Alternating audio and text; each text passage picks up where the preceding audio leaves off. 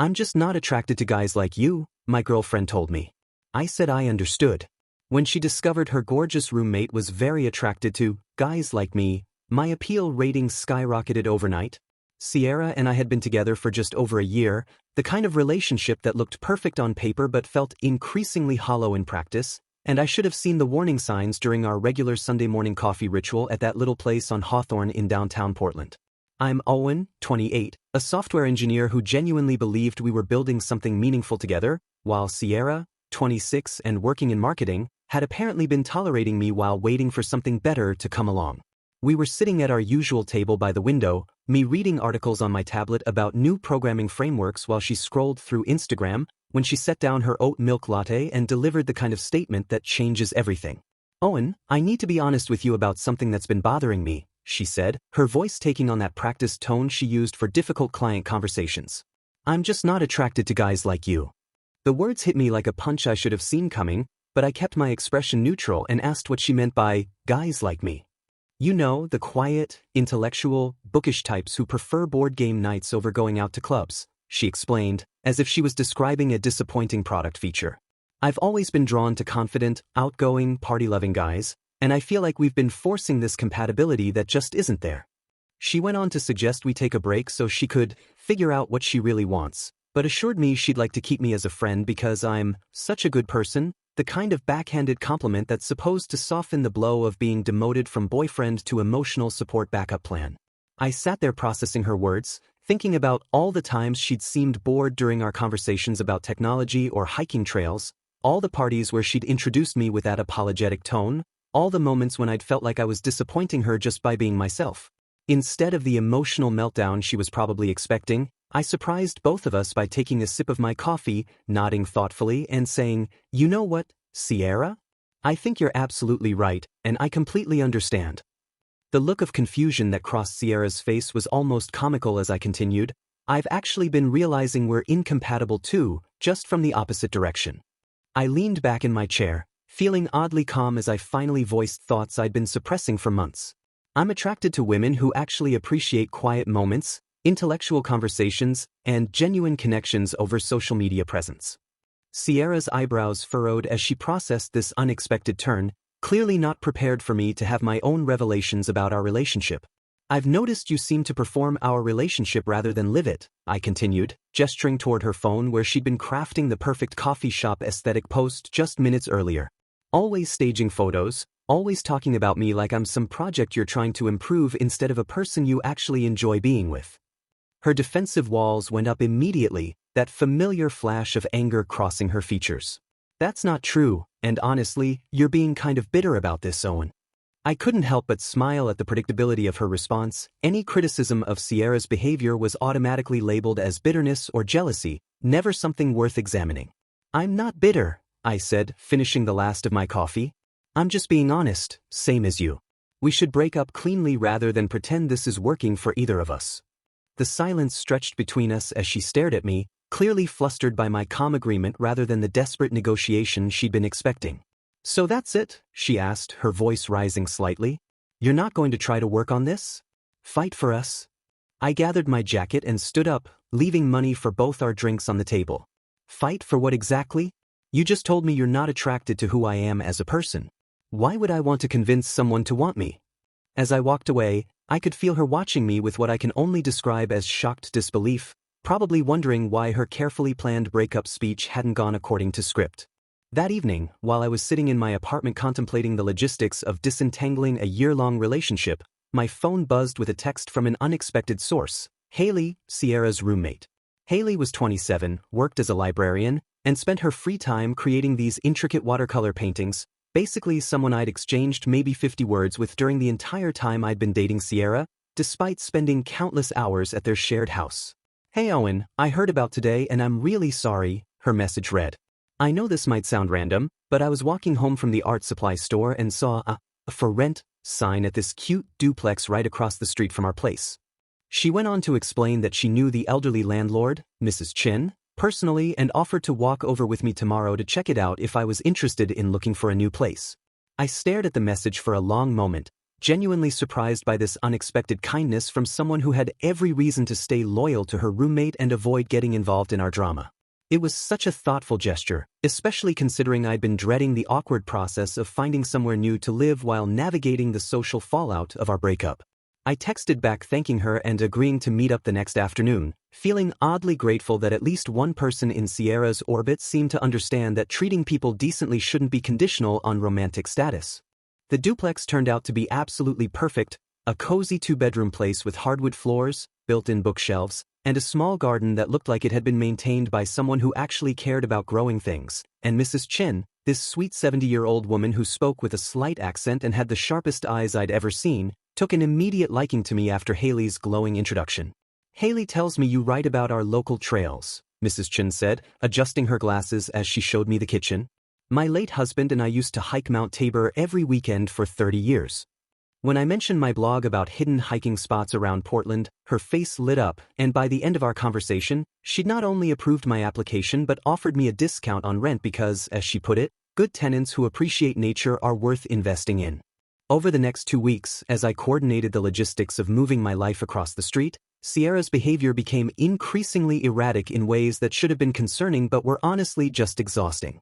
She started showing up whenever Haley and I were discussing practical matters like utility transfers or furniture placement, hovering in doorways with this tight-lipped expression and making passive-aggressive comments about how helpful Haley was being.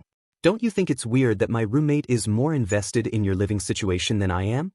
Sierra asked one evening when she caught us comparing internet service providers on my laptop. I mean, she's being awfully thorough about all this. What Sierra didn't realize was that during these supposedly mundane conversations about moving logistics, Haley and I had been discovering this incredible intellectual connection that I'd been craving without even knowing it. While Sierra had always dismissed my interests as boring or pretentious, Haley would ask thoughtful questions about the technology one worked with, share recommendations for philosophy books I'd mentioned wanting to read, and even showed me some of her watercolor paintings inspired by the same hiking trails I wrote about on my blog. "I never understood why Sierra seemed so bored when you talked about your work," Haley said one afternoon while helping me pack books. "Software engineering is basically problem-solving through logic and creativity, which is incredibly fascinating when you actually listen." The more time we spent together, the more Sierra's paranoia escalated, and she started monitoring our text conversations with an intensity that bordered on stalking, demanding to know why we were messaging so frequently about apartment stuff. Things came to a head when Sierra discovered something that completely shattered her perception of the situation. Haley had been secretly reading my hiking blog for months, leaving thoughtful comments under the pseudonym TrailReader23, and even sharing my posts in local hiking groups to help build my readership. "You've been reading his boring blog this whole time?" Sierra confronted Haley in their kitchen while I was fixing a loose cabinet hinge, her voice sharp with betrayal. "Those comments about his insightful observations and beautiful photography, that was you?" Haley didn't deny it, simply shrugged and said, "His writing is actually really good, and his trail recommendations have led me to some amazing hikes I never would have found otherwise." The revelation that someone had been genuinely appreciating and supporting my creative work while Sierra had been dismissing it as a waste of time hit me harder than I expected, and I felt this strange mix of validation and sadness that I'd been with someone who couldn't see value in the things that mattered to me. But Sierra wasn't done unraveling the situation, and her next accusation revealed just how little she understood about what had been happening right under her nose. "This is exactly what you planned, isn't it?" she said, turning to me with fury in her eyes. "You're trying to turn my roommate against me as some kind of revenge for the breakup." I set down my tools and looked at her calmly, realizing this was the moment to share something Haley had told me in confidence weeks earlier. "Sierra, Haley didn't turn against you. She actually warned me about your pattern months ago." The silence in the room was deafening as Sierra processed the statement, her face cycling through confusion, anger, and dawning realization. "She told me you have a history of dating guys you consider beneath you while you wait around for someone you think is more worthy of your time," I continued, watching Sierra's expression crumble as the truth hit home. "She's been watching you treat me like a placeholder for over 6 months, and she felt bad about it." Haley nodded quietly from across the kitchen, and Sierra's face went pale as she realized that her roommate hadn't just witnessed her behavior, she'd been actively disapproving of it long before our breakup even happened. 3 weeks after I'd moved into my new place across the street, I was having dinner with Haley at their kitchen table, both of us laughing over a passage in this philosophy book she'd recommended about the nature of authentic relationships, when Sierra walked through the front door and froze in the doorway like she'd caught us plotting to overthrow the government.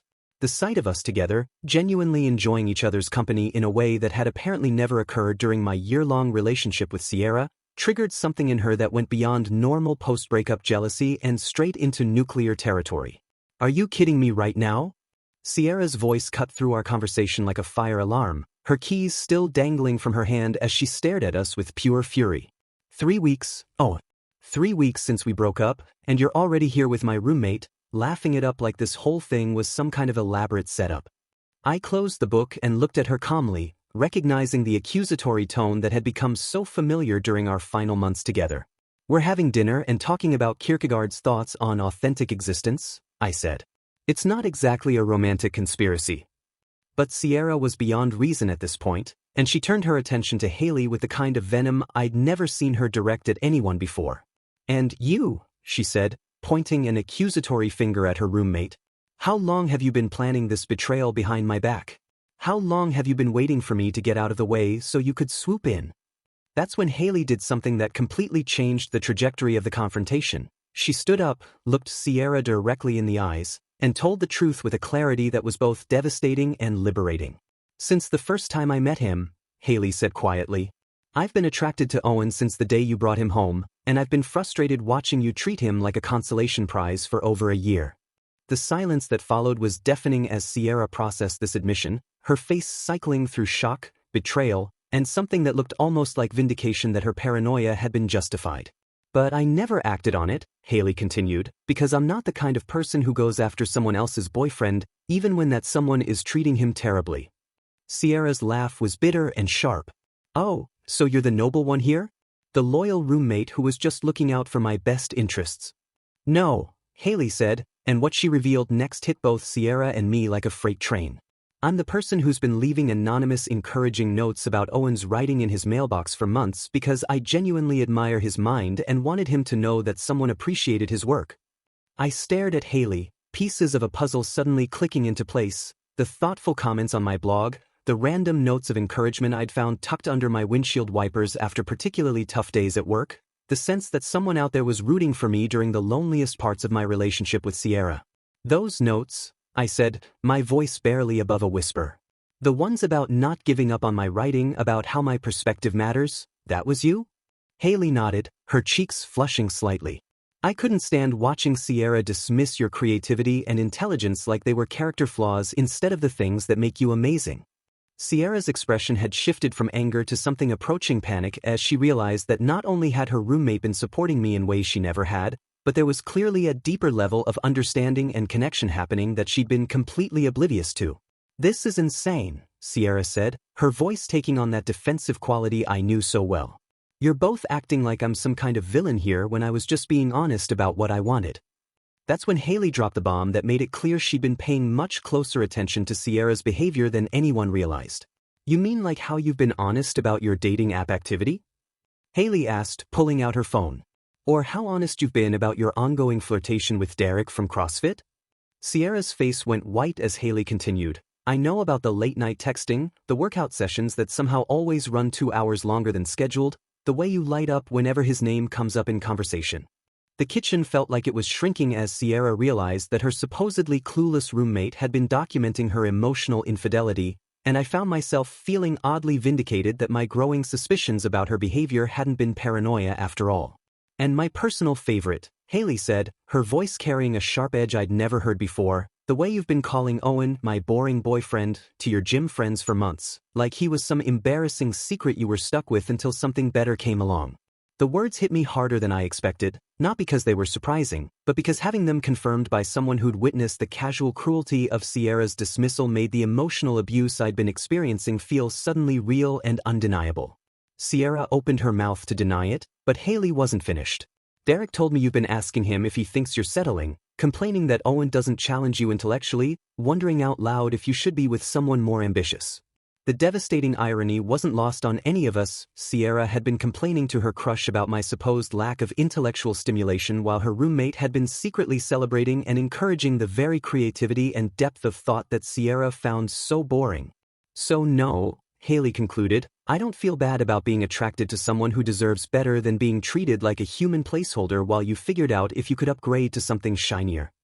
Sierra's response to having her behavior exposed was to launch a full-scale social media campaign that would have been impressive in its scope if it hadn't been so transparently manipulative, and within hours of our kitchen confrontation, her Instagram stories were filled with cryptic posts about fake friends who stab you in the back, and snake roommates who betray your trust when you're at your most vulnerable.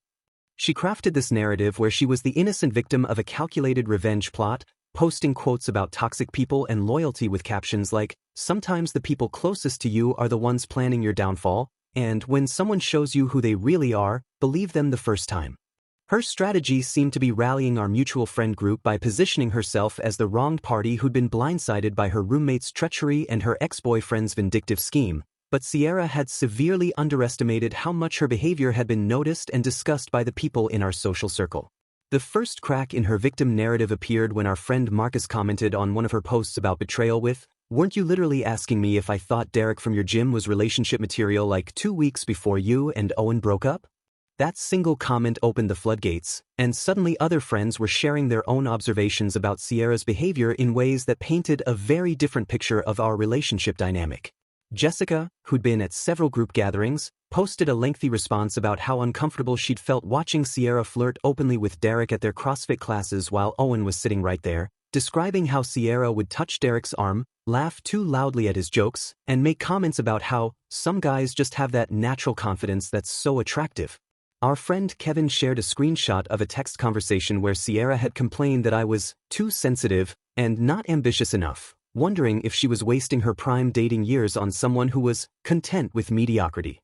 The most damaging revelation came from Sarah, who'd been at Sierra's birthday party 6 months earlier, where apparently Sierra had spent the entire night apologizing to people for my presence, describing me as sweet but kind of boring, and explaining that she was trying to help him become more social and outgoing. Each new comment and screenshot chipped away at Sierra's carefully constructed victim narrative, revealing a pattern of behavior that our friends had been quietly witnessing and discussing among themselves for months. But the final nail in Sierra's social media coffin came from the most unexpected source. Derek himself, the very person she'd been positioning as her potential upgrade, commented directly on one of her posts about fake people and hidden agendas. Sierra, I need to be honest, Derek's comment read. You've been making me really uncomfortable with your advances over the past few months. I knew you had a boyfriend, and every time I tried to maintain appropriate boundaries, you'd push harder. His comment continued, you kept asking me personal questions about my dating life, suggesting we hang out alone, and making comments about how your relationship wasn't satisfying you.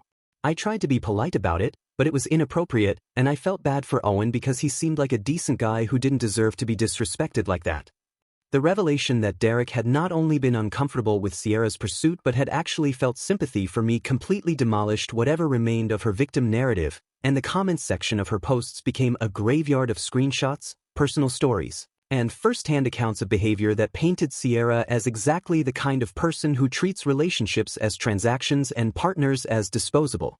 Friends started posting evidence of Sierra's contradictory statements, screenshots where she complained about my lack of ambition while simultaneously bragging about dating someone with a stable tech job, messages where she called our relationship boring while posting photos of us with captions about being blessed with an amazing partner. The most telling revelation was when our mutual friend Lisa shared a voice message Sierra had sent her weeks before our breakup, where Sierra could be heard saying, I love Owen, but he's just not exciting enough for me long-term. I need someone who makes more money and has bigger dreams, you know? Followed immediately by, but he's perfect boyfriend material for now, so stable and reliable. The systematic destruction of Sierra's reputation happened so quickly and thoroughly that by the end of the week, she deleted most of her posts and switched her account to private. But the damage was done. Our entire social circle now had a clear picture of who she really was and how she'd been treating not just me, but the concept of honest relationships in general. The irony wasn't lost on me that Sierra's attempt to paint herself as the victim of betrayal had actually exposed her as the person who'd been betraying everyone around her through manipulation, dishonesty, and emotional infidelity, while Haley and I had simply been honest about developing genuine feelings in the aftermath of a relationship that Sierra herself had ended. Sierra moved out within 2 weeks of her social media implosion, unable to handle living across the street from what she called the constant reminder of my roommate's betrayal, but what was actually just the reality of watching two people build something authentic together based on mutual respect and genuine compatibility. As Haley helped Sierra pack her things, I learned the full extent of how supportive Haley had been during the darkest months of my relationship. She'd been anonymously sharing my blog posts in local hiking groups, encouraging my trail photography by leaving printed copies of my best shots in my mailbox, and had even convinced Mrs. Chun to offer me discounted rent by describing me as a good soul being underappreciated by someone who doesn't deserve him. The final piece of the puzzle clicked into place when Haley shared her theory about Sierra's behavior, delivered with the psychological insight that came from months of observation and her background in literature and human nature. I think Sierra's attraction to confident, outgoing guys was actually insecurity about her own intelligence, Haley explained as we watched Sierra's moving truck pull away. She resented your genuine intellectual curiosity because it reminded her of everything she felt she was lacking, so she tried to make you feel small to protect her own ego. It made perfect sense. Sierra had always been threatened by conversations that went deeper than surface-level topics, dismissing philosophy, literature, and complex problem-solving as pretentious rather than engaging with ideas that challenged her comfort zone. 6 months later, Haley and I were planning weekend hiking adventures that combined my knowledge of hidden trails with her artistic eye for capturing the beauty we discovered together. Our relationship built on the foundation of appreciating each other's authentic interests rather than trying to change or diminish them. My blog had gained a substantial following, partly thanks to Haley's early anonymous support and partly because writing about places and experiences I genuinely loved had given my work a passion and authenticity that readers could feel. Sierra's prediction that I'd never find someone better had been turned completely upside down. I'd found someone who not only appreciated who I truly was but had been actively supporting my growth and creativity even when I didn't know she existed, proving that the right person doesn't just accept your authentic self, they celebrate it and help it flourish.